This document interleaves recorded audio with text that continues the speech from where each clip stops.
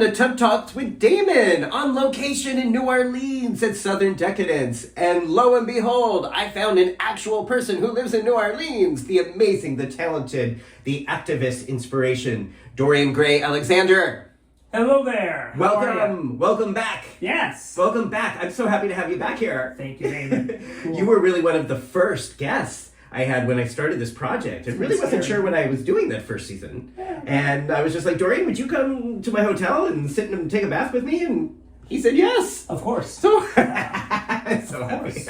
Silly. So thank you. This Yes. is now at the very beginning of what's the fourth season of Tub Talks. Gosh. You know, loosely it's fourth season. I don't know. For nowhere to divide those. But I'm so glad to catch up with you and hear what's going on with you. Yeah. The first thing, as you know, that I ask every guest is, what do you like most about your body these days? It's right now because I've had some dislocations of my right shoulder. I really love my shoulder. You are such a good shoulder. Good. It's the best shoulder. Is it in pain right ever. now? No. Okay. No. So you dislocated this recently About 5 months ago.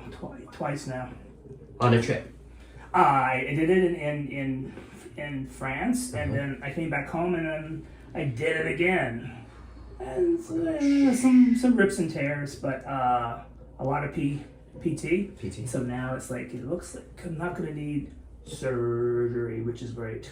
Okay. Yeah. Okay. So now you can lift it. You have some mobility Now I in there can again. lift, and it's stronger, but Okay. yeah. We're gonna honor that. Thanks. We're gonna honor that. What else do you like about your body? You're looking buff, my friend. Can we just say? I'm trying. Yeah. Like you got some chest stuff going on there. I mean, so I still walk about 8 miles a day now. So it was like 7, I think, when we last did it, and then I went up to 9 last year, and now I've cut back to 8. Wow. Yeah, I needed some time away from steps. Time away from steps. Yeah. Now, are these like outside, or are these like indoor in a out. gym, or Out, walking around? outside Okay. walking, yeah. Trying to make the air, trying to make the water not. Okay, there we go. Okay, good. So this is like almost every day you go outside and you do 8-mile walks? I walk about 4 to 5 miles in the morning, and then... Where do you go? Audubon Park's a big park. Park is very pretty.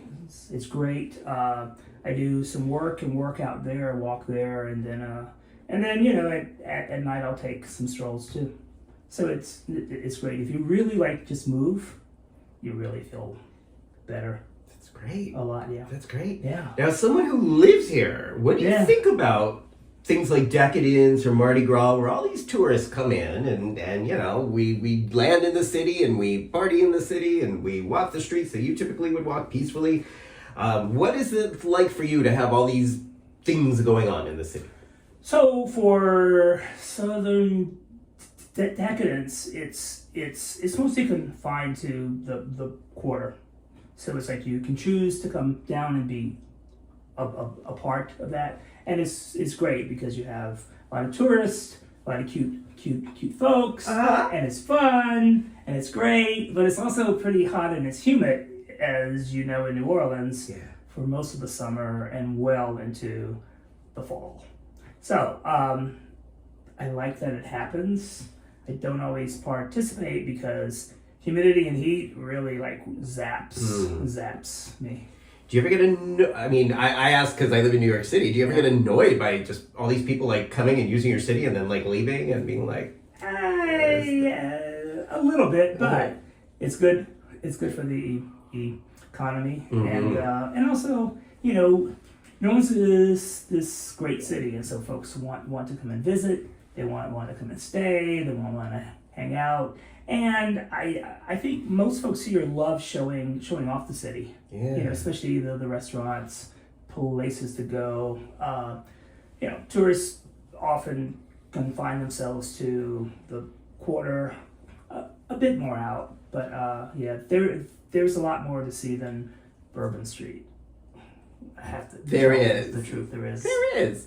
Do you ever feel tourists are disrespectful of the city? Or does that ever bug you? No, it's New Orleans has its warts. It's a lot of infrastructure issues that we're beginning to see more of, and some of it gets hidden so that the tourists don't see it. Okay. We don't see the bodies. You don't see the bodies. So there was that what? Construction accident Oh, yeah. where there was a body that everybody did see. A couple of bodies. Not too far from here. Yeah, right. That was right down the street. That was interesting. Yeah. That was scary. That was sad. Yeah. Very, very sad and bad for New Orleans. It was sad. It was sad. Well, again, it was like people doing work and labor were harmed. Yeah. While a corporation was building a casino, I think. Yeah, and no one's been held accountable for any of that at this point, And one of the people harmed or killed in this accident was actually out there for weeks. Yeah, there was an extended amount of time where they were trying to recover the bodies. Yeah. Yeah, it was bad. Yeah. But yeah. So now you grew up here? New Orleans has been my home for about 30 years. What made you want to come and settle here? I came for school. Mm-hmm. I started at Tulane, so I was here. I moved here then, and then I've stayed full time since. Wow. It really is a special city, but like all things, there are times when you love hate a little bit. Yep. And you want to. Summers are really hot and humid, and I've grown very impatient about that. Yeah. So possibly in an ideal world, I would love to live half the time here, like in the winter, spring, and gone for all summer, early fall, come back. Wow. Yeah. Where would you want to go? Anywhere that is like, I don't know, 70 degrees or less. Between 50 and 70 degrees. Like snow is pretty. Snow is brutal. Yeah. And it's not pretty all the time. It's pretty when it falls, but then it's a mess. I mean, I'm speaking to a choir here. I mean, I know, but we didn't really have, because of global warming, we didn't have much snow this year in New York. We have had very little snow in years. Yeah. Which is great for us. Yeah. Yeah. Who knows? So I do want to catch up on some of the things that we talked about a few years ago. Yeah. So last time we talked Yeah. about my heart. My heart's doing well. Of course, it allows me to walk the 8 miles a day. Yes. Can you recap and with the viewers what your heart situation or struggles? Yeah. So in 2020, I had a quadruple bypass, and so 4 of the vessels on my heart got bypassed and rerouted, and and that way I avoided a heart attack, and I started walking, and I enjoyed it a lot. I walk and I hike, and it's great. Now these years later, has it been like a steady trajectory of having like more energy? I mean, like a very robust recovery from the beginning. So, like, I started walking in the hospital, and I've walked ever since, and it's just gotten like better. But yeah, I mean, I really enjoyed it a lot. Yeah. Wow! And now you're up to 8 miles a day. Yeah. Well, I dropped back from 9 to 8. Oh, okay. But yeah, it's fun. Yeah. Okay. Yeah. Do you ever have fears? Like, I know for people, I've had a few guests talk about surviving with heart disease and just some of the fear that comes along with kind of not knowing from time to time. I'm very fortunate because because I didn't have a heart attack. I didn't have any heart damage. We were able to intervene and make those corrections, and really there is that struggle with being on statins, and I was on statins for years, and yet this still occurred, and so like my whole thing was, so why me and not somebody else? Because a lot of my friends drink to excess, smoke to excess, a lot more sex, a lot more things, in their life. And it's like, little old me, damn. And why is that? I mean, it was genetic or why? That has got to be the best guess. Yeah. For a while I struggled with, is it the HIV treatment? Is it the HIV itself? And honestly, we don't know. So genetically, we're going to go with that, and that I'm just one of those people that produce a lot more cholesterol, which then leads to more plaque. Yeah. So that's all being managed. There is that balance with statins, because statins do cause HbA1c to go up, and so then it's like, okay, are we pre-diabetic? Are we going into diabetes? So it's that battle of, do I increase the statins risk benefits of that? But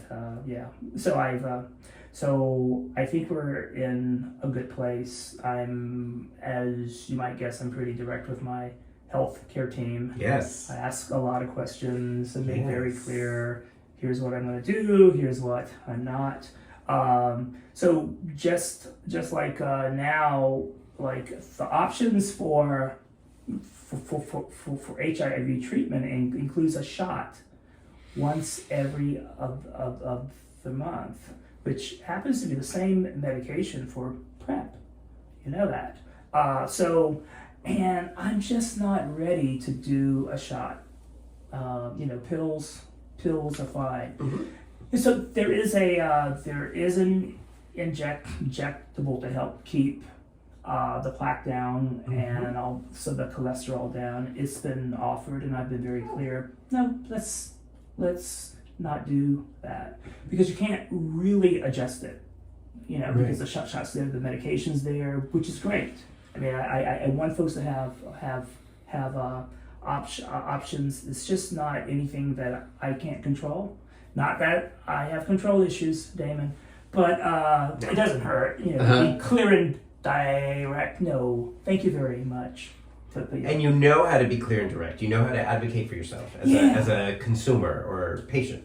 A patient, yeah. Oh, yeah, for sure, yeah. How is that received in your experience when you advocate and stop people and ask questions? It really depends on your healthcare provider. Some of them are really on your side. It is a partnership. They want you to ask questions. Others are like, how dare you ask me? I have 80,000 years of experience. You question what I say? And you go, yeah, I do. And are those the people you would go back to and see again if they pull that on you? Depends on our level of care, because they're, I'm fortunate because I live in, a city in an urban setting, and so like I have more options. But imagine people who live in a more rural setting, who travel an hour or miles to get to the one doctor that provides that care. They don't have that option. So I am grateful that I do. I am appreciative that those options are there for me. I know that that's not the case for everyone. Yeah. Wow. Okay. Now, so the regimen you're on currently to treat HIV is working, and it's a pill. It is one pill a day. Is there a time where you would think about the injection or being something you would want to do? Probably second or third generation of the same med, because that way we will know more about the drug profile. We will know more about any short or long-term effects. Again, I want people to have the option, if it works for them. If pills trigger them and cause them trauma, or it's just hard for them to do it, or else if they have to hide their medication, they should have that choice. It's just not anything that I'm looking for in my life right now. What works for me now works fine, and it's the one pill a day. Yeah. So that's your regimen is now one pill a day for HIV. Yeah, it's been that way pretty much since I was diagnosed. Yeah. And when you started taking treatment for HIV, how many pills a day did you have to take? when you started? Well, so for 2 months, I actually took 2 pills with 3 meds, but then within 2 months, the same medications were available in 1 pill. So I didn't need to switch meds. I just needed to switch from two pills to 1 pill. Yeah. So I was on atripla for 9 years, and then I've been on another one by the same manufacturer and our friends at Pharma, and yeah, so it's been fine. That's great. Yeah. Yeah, I'm still doing 1 pill a day for PrEP. Okay. So same pill, Truvada, or rather now the generic. Yeah. I am very comfortable taking a pill every day, or really almost every day, because for PrEP it doesn't have to be every day. Correct. Right. But it's nearly every day. Definitely every day during this weekend, I'll tell you that. So have you considered the inject? Yeah, I thought about it. So right now the injectable PrEP that's available has to be administered every 8 weeks. Correct. Yeah. And for me, that's a no. That's a no-go. Because the whole thing for me about using PrEP is that I get to be autonomous, I get to be independent, that I do not have to show up. And in New York City, there's so many variables and things that happen that stop people from being able to show up at work.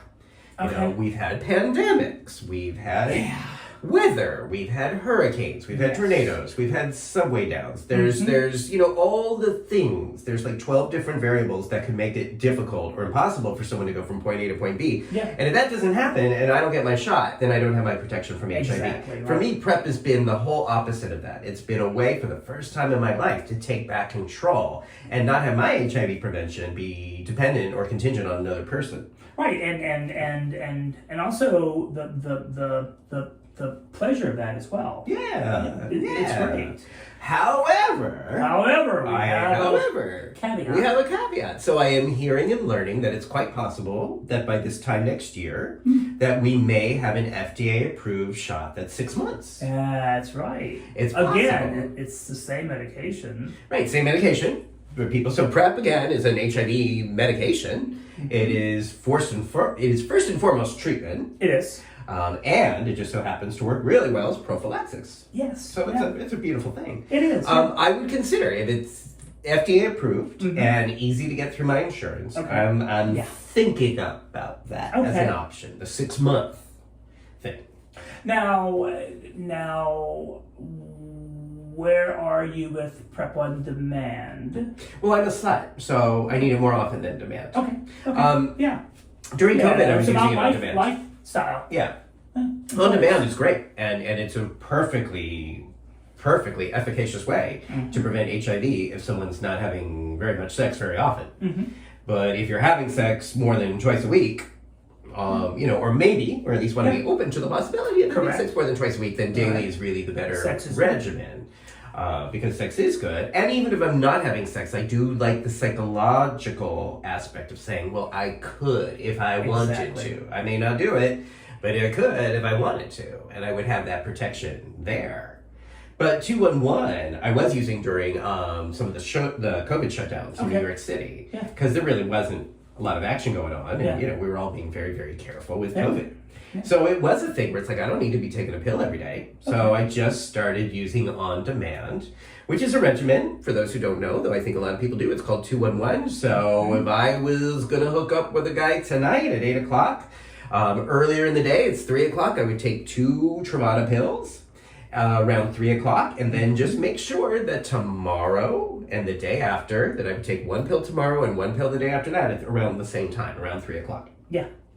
And that's 99% or greater protection. And again, it's ideal for those who may not be having sex or just might be coming to Southern Decadence. Another variation of 211 is 2111, which I know a lot of people here at Southern Decadence are doing, which is like, all right, in my daily life, I'm really not having sex, but I am going to go to Southern Decadence and want to have the freedom. So I'll take those 2 pills before I go to New Orleans. Exactly, right. And then continue to take a pill daily while here, and then just making sure you do the tail. Follow up. The one after you leave, and the one more after that.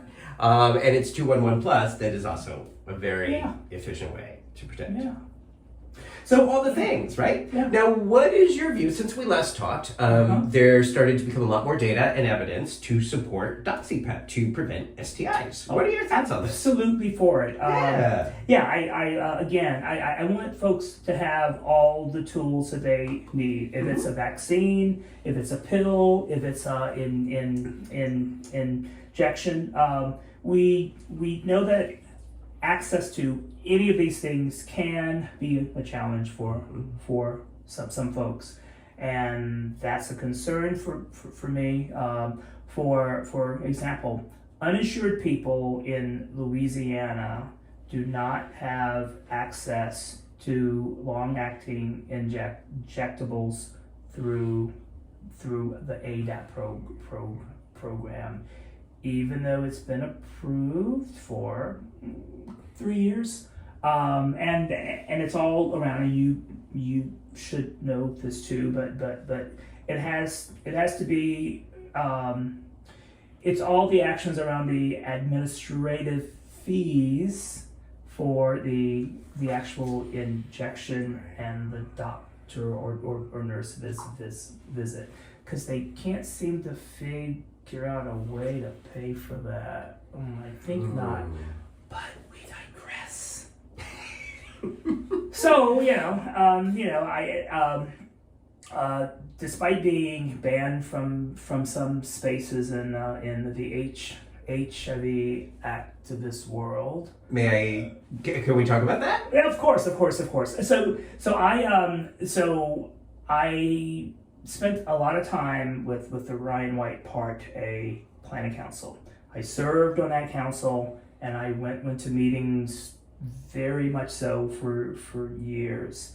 And then came COVID, a lot of changes occur. COVID really wasn't a friend for people with HIV or anyone with chronic health conditions. Even though there were some fantastic things that came from that, like virtual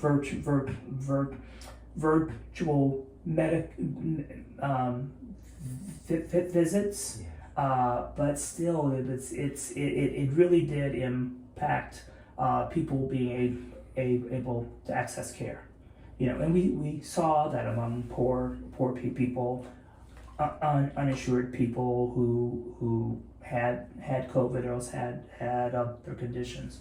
But anyway, so I've been banned. I've been ostracized from the Ryan White Part A Planning Council here in New Orleans. I've applied the past 4 years, and I've been denied membership, which is, kind of illegal. I haven't pressed it. But I was going to say, I didn't think they could do that legally with the grant they system. Really can't do that, but I have present. What did you do? So what I did was... I'm not agreeing with that, I'm just curious. So what I did was that in December of 21, a grant administrator who worked for the city, who is the grantee for the Ryan White Part A grant, retired. And at that last meeting, I read a statement, spoke it on Zoom because we weren't doing in-house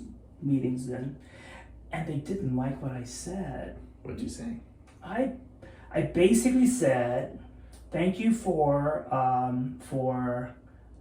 monkeying it up, messing things up, and I hope you're happy with what you've done. Woo! And enjoy your retirement. Oh, you were saying that to the person who was leaving? Yeah. What did you have against that person? Oh, Okay. yeah, no, Okay. I can't go into that Okay, here. but you had some Well, critiques. You had some yeah. points of view. I mean, I think as you're, to me, a very rational person. Yes. You're a very loving person. So And when this you is have a all critique, about- you are coming from a place of respect and love. It is, and really, it is an ongoing issue that is not just here. Yeah. Transparency in government, Yeah. accountability there.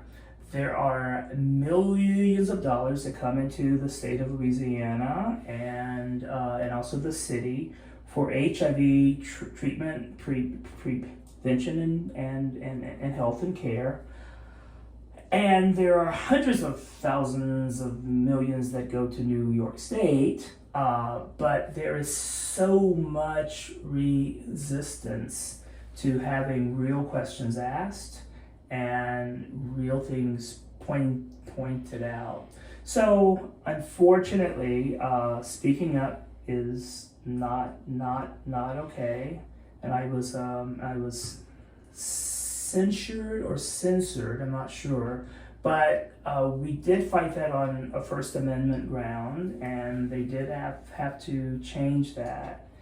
But since they won't allow me a place on the planning council, and they've restricted community input to like 2 minutes, and it's at the very end of the meeting, and they're all ready to go, people in the community really have no voice, which is really sad. It's not uncommon to New Orleans. I mean, yeah, it isn't uncommon to Ryan White, but this became a thing here, whereas New Orleans really did have a platform for people who could come to the meetings, voice, vent, but that all got changed. Because I know there was a time where you were voicing and venting, again, your experience and wisdom and loving perspective. Sure. Yeah. About, how you thought. It's always with love. Yeah. About the best way that these funds, these Ryan White funds, could be utilized in the community. Yeah. And that's where you were coming from. Yeah. What I think of, so I'm hearing you say, it's like upon, there was, you were critical of someone who was leaving a position. Exactly. And it wasn't also social had, media. Had been critical before. Okay. But that seemed to be the thing. And this whole thing about respect, everything can't be disrespectful when you ask a question. Well, and you're so you're a person, you're a man of color living with HIV in Louisiana. Yeah. That merits some. I mean, it's just, if we're going let's put humanity and respect aside. Let's just go with the data. Yeah. Data-wise, that says that you have a lot to offer and perspectives that are relevant to how these funds are allocated. And data to support it. Yes. But nope, they don't want to hear it. They don't like it. No. So. And so may I ask the racial composition of these people? Is that a fair question? I think it's a fair question, but that's not really where the differences are. It really is more of a power differential among people who are in administrative positions and the people they serve. So even though many of the parties are folks of color, that really wasn't a thing. It really is about power and control. So these were people of color who didn't like being questioned and didn't like being asked things and didn't like demands. Were any of them openly living with HIV?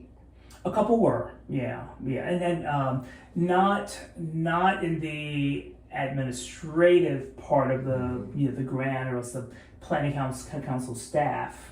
But in terms of some of the people that felt that I asked too many questions, certainly there are people living with HIV that don't want the boat rocked.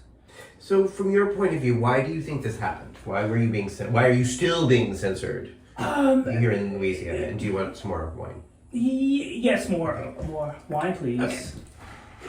Okay. In large part, I think it's because people living with HIV, some folks really have a lot of internalized stigma, and also because the system itself really breeds dependency and also a level of just take your medications and just like sort of take your meds and be quiet. Yeah, and take this one here. You have here. Okay, now go. And be grateful for what you have. Oh yeah. Don't make waves. Yes, and there are people who really deserve more, and the administration of these grants could be better. So, but at some point, I need to just wise up and move away from all of that. So, what I've done, and 2 years hence, and being back here in this tub with you, it's amazing. Is that I really have pulled back even more than I did when we last chatted. So I walk more. I mean, like I don't attend all these meetings. I used to attend a lot of meetings. I've traveled a bit more. I've journaled a bit more, written a bit more, and so that's been nice to pull away. Okay, so your self-care has really been more the forefront of these last few years. Oh yeah, for sure. Even though in 2 weeks, are you back for USCA? Yeah. Okay, all right. USCHA. Yeah, for the conference. Yeah. Good. Are you going to be here? Yes, I will attend. Oh, good. Good. So 10 years ago, I was on the planning committee and all that stuff, and I was like, no, I'm not doing that stuff. Yeah. No. So self-care has been centered, which I think is always a wonderful thing, but just the reasons why still I find disturbing. And, again, just... You and me both. When all of this fell out, and I do remember there being a conversation about this on Facebook. I think you showed the letter you wrote, and I always think you're a great writer and a great communicator. I love the way you speak. How did that feel to you? It was humiliating, and it was disappointing, and there was a lot of anger I felt at the time, and being someone who is who finds therapy important, I processed it through, and so now I can be on this side of it. It still annoys me. Yeah, there is this wanting to stick one more knife into them, but I will resolve that. Life is short, and so I have survived sexual assault. I have survived AIDS. I have survived a damaged blood flow to my heart. And I've survived 2 falls and 3 dislocations. But so yeah, there are bigger, much more important things in the world. There are people who suffer a lot more than this. It's not the end of the world, and it's not the end of my world at all. So yeah, it hurts, but you have a perspective on this. It's not going to destroy your body, mind, spirit. Damon, you don't know me that well, but I think you do. Yeah, no, it's not at all. It was a struggle. It's been a bit of a struggle to go. And you lose some sleep, and you ruminate about it, and and that type stuff, but yeah, you go on. So now I traveled to France this spring, and that was great. It was a nice time to spend a month away. Very, very glad that I got to do it. Shout outs to Aaron in Marseille, and Lori in Cahors, and Mike. Who are they? Friends who who are I don't know if they like the terms expat, but they live in France, and so I got a chance to spend time with them, and then Mike and Tom, who are in New York, but they were house sitting at this great house in the southwest corner of France, and it was great. We had a great time. We had great dinners. We drank a lot of wine. I got to walk a lot until I fell on a muddy trail. The first time, yeah, but you know it's fine. But yeah, we'll yeah. And did you need to get medical care in France? Yes, and so How was that? I got to experience the French healthcare system. Healthcare is broken everywhere. It was a nice 6-hour ER wait, but again, no breaks. So you had to wait, but you did get Oh yeah. accessible medical care. Yeah. I was seeing, an X-ray, determine it's a dislocation, and I'm like, well, yeah, because I had to put it back in. Oh, Dorian. I mean my shoulder. Have you ever helped someone position a shoulder? No. Oh, it's fun. Wow. You want to hold here, and now here in front, back here, and then I just popped it back Oh my in. God. Yeah. And you knew how to do that? Well, yeah, you learn. Figured it out. Yeah. So when you went to the ER, you got a doctor's visit, X-rays. Did they give you a sling? A sling, or- yeah. And how much did that cost you?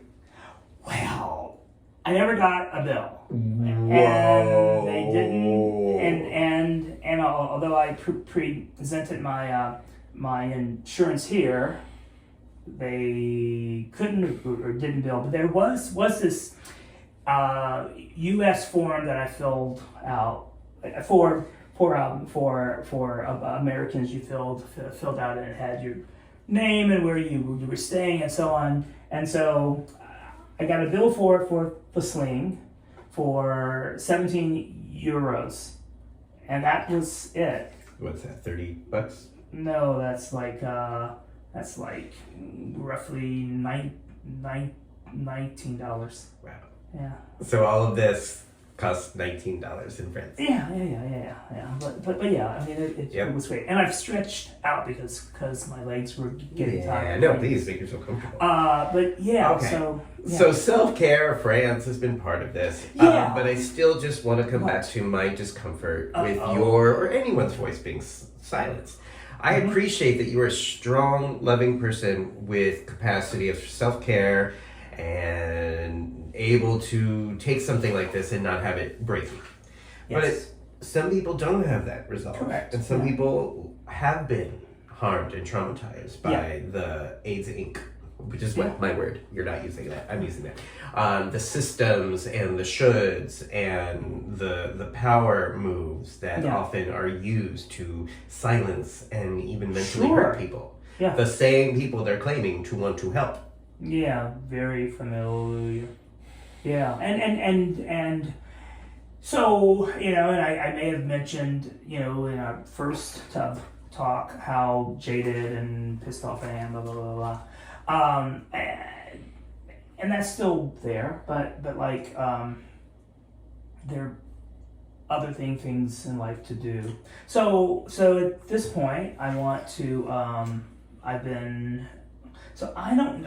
know that I enjoy writing, but I'm not sure what format I want to write in, and I think last time you were encouraging me to write my story, whatever that might be. So like I don't know if I want to write plays or screenplays. A screenplay sort of speaks out to me a lot. Okay. Never written one, although I joined a writers group that I was doing before I went to France. I need to get back to. and that's been helpful. So perhaps I'll do that more, and we'll come up with some stories or series of things. Who knows? Again, I'm doing it for personal satisfaction. Yeah. If anything ever leads to anything else, fine. That is fine. But yeah, I want to travel some more. And as I season out a bit, because I just had a birthday, and I turned I made it to my 40s, so I'm now 40-ish. Okay. Whatever that means, right? Hint, hint. And earthling years, whatever. Dogs, rabbits, earth yeah. forms. Yeah. So. May I ask how old you turned in the calendar that we observe? Oh, I'm never gonna say it on. Okay. On film, no. Okay. But yeah. So So we. So having lived this long, which is about 97 years, you enjoyed there. Yeah, and Love her. Yes. So at this point, it's an interesting age to be, because I don't know what your 20s and 30s were like. For me, there was a lot of angst. Yeah. Because I came into age at a certain point, and there was angst about career, what am I doing, and then very little that turned out, and then I fell into this whole thing about teaching and HIV, and at this point it's like, frig it, we're just gonna go by it. And it's been fun to watch younger people really in that struggle, and you go, it's gonna be okay. Yeah. You don't know it yet. Yeah. You don't know it yet, Damon, but it's going to be okay. Yeah. Yeah, and life goes on, and it gets better, because you stop giving a frig about it, right? Or at least for me. Yeah. Yeah. I would say my 50s are the best decade so far. I'm 53. Great. So it's still new. Yeah. But exactly for the reason you're saying. Yeah. Because the older I get, the less I am invested or controlled by other people's opinions. Hence, this is why I can do a Tub Talk show like this. Because it was just like, oh, I don't care anymore. I'm free. Right. I'm And it's free. like, so Yeah. so folks will criticize, they may care. I know we've talked before about relationships. Yeah. And so What's going on? I'm not in a relationship. I'm not opposed to one. Would you say you're in a relationship with Dorian right now? Oh yes, but not in a narcissistic way, but certainly a scarcissistic way. Like people are not knocking at my door, not that they know where I live, but even if they did, I'm not opposed to it. So we will see.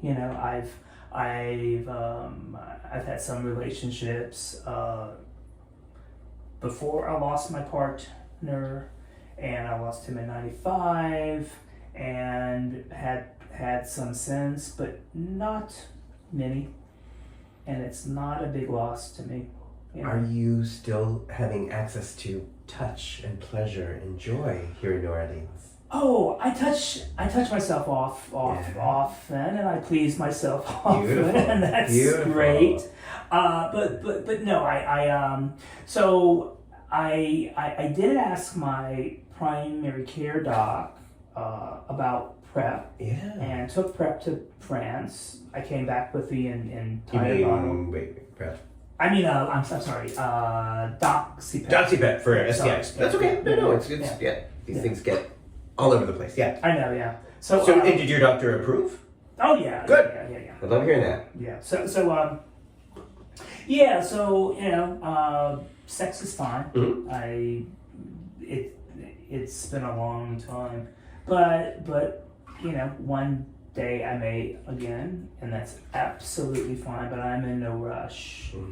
Yeah. Do you, as someone who's living here, if you wanted to, if you wish to, would that be, are there ways that you could, do you have the agency around that? Would you, is it Grindr or bars or clubs or places where you could go where if you wish to, you could have sexual contact? Yeah. I absolutely believe that I could and that I would if it was my desire. I am sex positive. I want folks to have sex. I want them to have as much pleasure and as much sex as they want. It's not anything that I'm just like dying to do or have. Yeah. Okay. Absolutely. Feels right now. Yeah. And that may change. The ideal thing I think would be to have companion or a friend with benefits, or else a companion that I may live with and visit.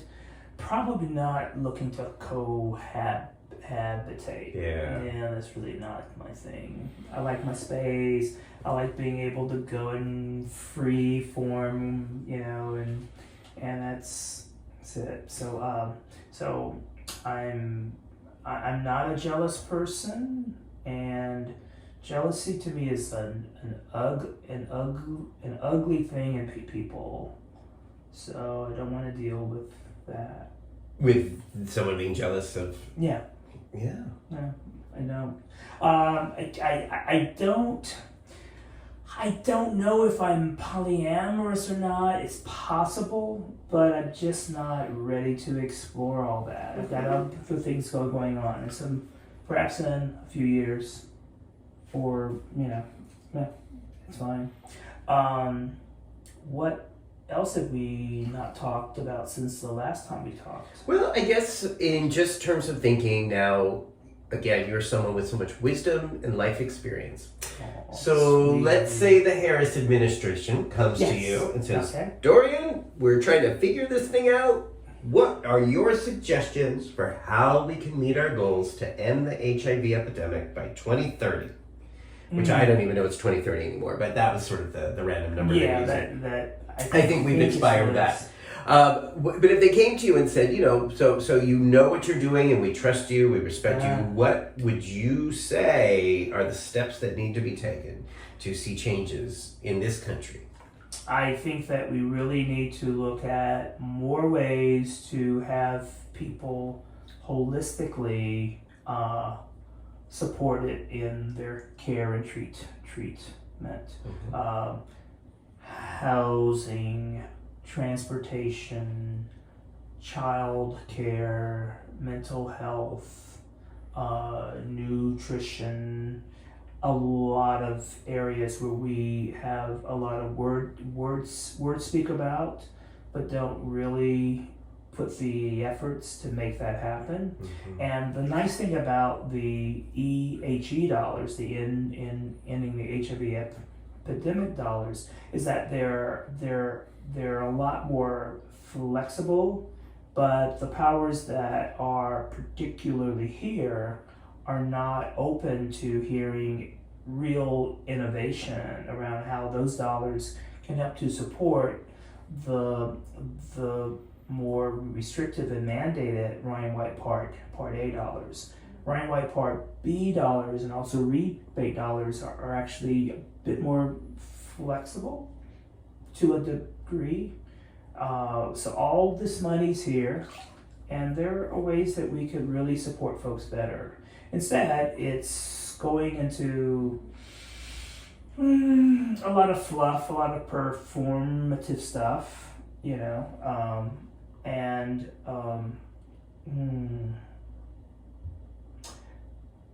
at times I question why PrEP is so important to many people living with HIV, and many of the people who are at the front of the bandwagon are people living with HIV. I absolutely support PrEP. I absolutely support DoxyPEP. I don't see the value, particularly of PrEP, for people living with HIV. Certainly, we want our sexual partners to not inherit HIV, but there are so many ways that is there. So I question why people living with HIV are so rah PrEP when there's so many things needed for people living with HIV. Again, the PrEP medication is the same medication to treat HIV. Mm-hmm. People living with HIV are part of the solution. And when we mention prevention, we talk a little bit about treatment as prevention, but we don't really lift up people living with HIV as part of the solution. That is missing. And most of the messaging around PrEP is stigmatizing for people living with HIV, because it's still ensconced in fear. You don't want that HIV, do you? You need to protect yourself from HIV. It's like, no, let's just be upfront. PrEP and Truvada and all the biomedical ways of preventing HIV are in addition to people being on effective treatment, a suppressed viral load, an undetectable viral load to where they cannot transmit. That needs to be really at the forefront here. Because otherwise, what I read and I see and how I feel is that they create a divide among people living with HIV. You gotta get to undetectable. But here with PrEP, it's you need to protect yourself from those big bad people living with HIV. Wow. And I see a lot of space for both and. Yeah. I don't see that dynamic for people not living with HIV and pushing prevention because they come from a fear base. And there was recently an ad that was a local ad for a local campaign around PEP, and it was very disturbing. I saw it as it came out. I sent it around, and other people than me then responded, and the city, and it was HE dollars, pulled the social media campaign. And I believe, I don't know for a fact, that all the RAP buses and the bus stops have also been changed. But it was a very disturbing and a very stigmatizing campaign around PEP. It was saying things like HIV is an emergency. They used the phrase "not today HIV," which is from the phrase "not today Satan." Oh. So it associates HIV as being this demonic thing. Sounds like AHF. Oh, it was horrible. Sounds like the way they generally would talk about things. But this wasn't that. No. Wow. So it's really fear-mongering, playing into the horror genres. Correct. And when the city was confronted at a meeting, they actually blamed people with HIV. Well, people with HIV were at the advisory meeting around this, and I'm going, well, they should know better, yes, but you should know better. You have been doing this for decades, and you approve this, and you've spent a lot of money on this. So don't blame people living with HIV for your meetings that happen at times when folks might be working or have child care issues or transportation issues. You don't make your meetings accessible to all. And did they ask you? No. Because you've been censored and They don't reach out to outcasted. me anymore. Right, but your point of view, and I think are not just yours, but you also represent a population of people that are sex affirmative. Yeah. Wanting to create a world and campaigns that embrace the both and also they don't ask you what you think. Up. Yeah. I mean, it is not hard to do a campaign to encourage people to be aware and know that PEP is a thing, and come to us if you need it, and this is how you know that you might need it. Instead, it was big bad HIV is outside your window. They're knocking at your door. Wow. It's an emergency. Sounds like Stop the that 80s. crap. Yeah. Oh yeah, but So the stigma there, just so people are, what I think I'm following is then that gets translated into people living with HIV are the big bad wolf that we must protect ourselves and be afraid of and this is from the 80s and the 90s and the early 2000 with all the tools that we have, with all the data and data that we have to support. An undetectable viral load means zero transmission through sex, and now through needles, and now through breastfeeding. So the ways that we know HIV was transmitted in the past, we actually know that that's not an issue. Yeah. And yes, we want people to be tested and know their status, but once folks know their status, and if they're living with HIV, here are your pills now. Yeah. Go. Yeah. Come here. We have PrEP for you until you test, because people still unfortunately test at some point with HIV, even though they tried PrEP and it didn't work for them. And let's look at ways to make it work for folks. Yeah.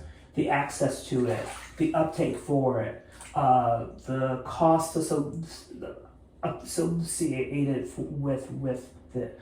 Let's make sure that access is there.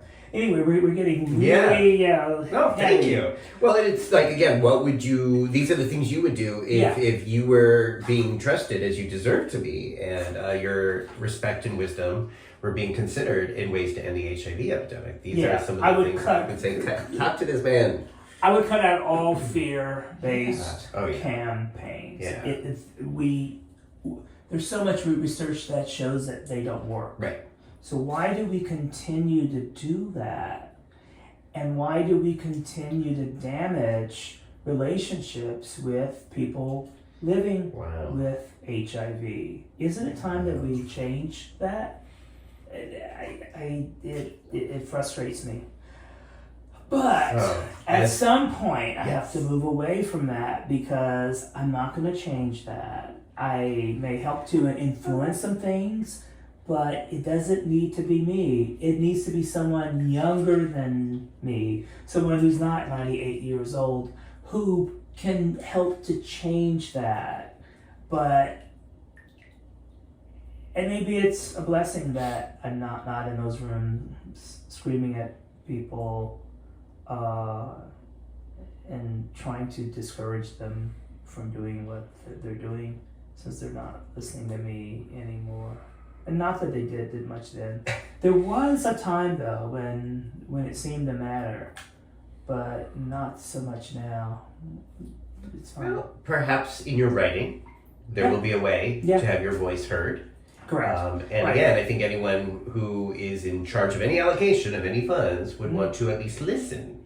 You would hope. To something that you are saying, which often represents many other people. Correct, but I still think that in the South that we're at a disadvantage on lots of levels. We have different levels of education. We have different levels of access to a lot of resources, including care, and that there is a systemic oppression that may very well deal back to the good old South, the good old boys, the days of slavery are strong, and that oppression is still very much there. And other states are wanting to recreate and rewrite history in ways that are insidious and dangerous. Yes, they are.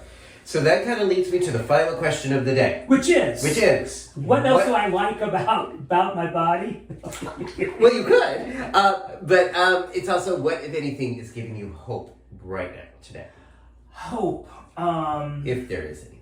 There is hope. I mean, yeah. I mean, I'm hopeful. I can't say that I'm excited about USCHA being here, but I'm glad it is back in New Orleans. I'm hopeful that there will be different narratives, different messages that may come out of that. And there is a little mini training that's going on beforehand for local people, being done by RAI, Ready, Aim, Innovate, out of New York. Mm-hmm. Michael Hager. Oh yeah, Michael Hager. Yeah. So I look forward to that training and hope that will be good for people living with HIV here, because it is supposed to be focused for us. And then it leads into the conference. So I hope that the conference can help to inspire, and hope that there'll be opportunities for local people, because there's been some efforts to really get people in more rural settings there. And what else beyond USCHA, if anything, is giving you optimism or hope in your life right now today? Oh, I mean, in my life, I love that I can walk 8 miles a day. I'm grateful that my health is good and it's strong. I see peers whose bodies are really just devastated, one day that may be me, but it certainly shouldn't be people in their 40s and 50s and 60s, but it is. Some of it's the HIV, some of it is just lifestyle, and that's fine. I am optimistic that come this next election that there'll be a changing of the guard, and not off course. I hope that the Harris Waltz team wins. I'm doing what I can do to help encourage folks to register to vote, to vote, encourage folks to be engaged. The South is its own animal here, and perhaps there'll be a shift, a wave, and then I'm looking forward to 25. It's just, good Lord, it's 4 months away. Yeah. But yeah. 2025. And perhaps there'll be some more writing. There'll be more opportunities to do other things. I'm not opposed to doing some teaching, training. I'm all good for it. And some travel. Great. All right. Lots to look forward to. Yes. Thank you very, very much, Damon. It's great to have this this round too, to be sharing this tub. Thank you for coming back. Yes, Thank you for coming back. Yes. So if people want to follow you or see what you're working on or eventually check out your writing, what's the best way for them to do The that? best way at this point is going to be in my Facebook page, Okay. Dorian-gray So Alexander. that'll be right down below. Yes. It'll be right down below. And if people want to ask you questions or offer you or want your expertise or pay you for your expertise, the best way to do that is send you an email or... Yeah, email's easy. Dorian's address, DorianSADDRESS Great. at gmail.com. That'll be right down below. It'll be right down below. Yes. And if you're watching this, you may want to think about how you might want to bring about change in your local area, wherever you are, what might make a difference in terms of self-care that we've talked about, and,